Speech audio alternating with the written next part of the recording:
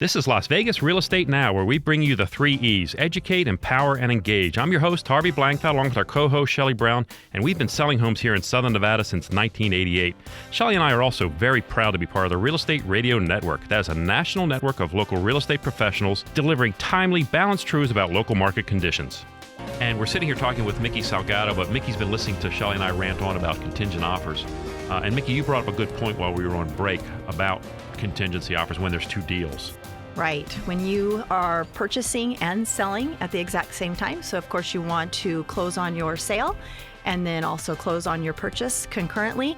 Make sure you keep it at the same title company. It's really easy to transfer your funds from one file to another. Mm-hmm. Not so easy to transfer your funds from one title company to another. Indeed. Yeah. That's a great comment. When you said that, I made it a point to make sure you said that on air, because that, to me, that's a great point.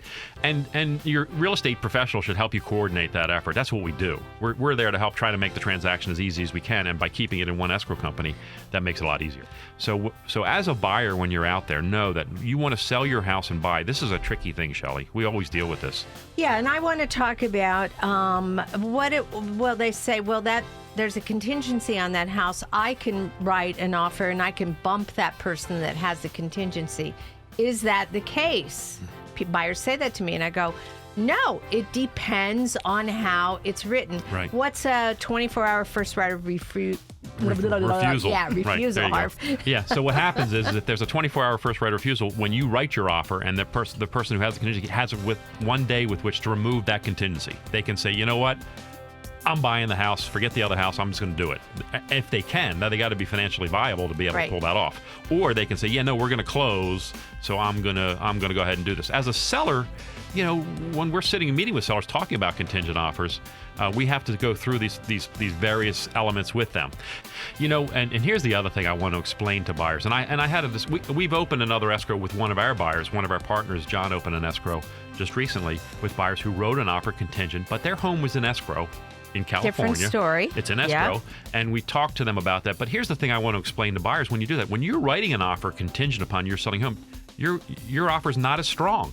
It's that's a weakness in your offer. You've already started with maybe if you've got 1 strike against you automatically, and if another offer came in without a contingency, they're gonna beat you because they know that's going to close. Well, then there's more likely to close, right? And so when you're writing contingent, know that. So if there's an opportunity, if there's a way to write the offer not being contingent, it strengthens your offer. Maybe you can get the price a little better too. Or whatever terms are involved. And here's my thing: if you know your house is going to close in a week, mm-hmm. and the house you're buying is not going to close for 30 days, maybe leave that contingency off, because by the time you do the inspections and you get the CC&Rs and all of that, you will have already been closed, because you'll have other ways to cancel the deal if your deal falls out.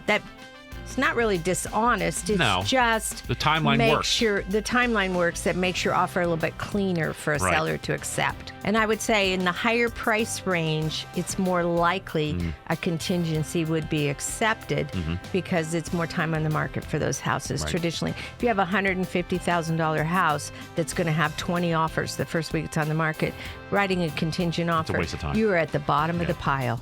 You've been listening to Las Vegas Real Estate Now with hosts Harvey Blankfeld and Shelley Brown. Please tune in every Saturday at 11 a.m. right here on News Talk 720 KDWN.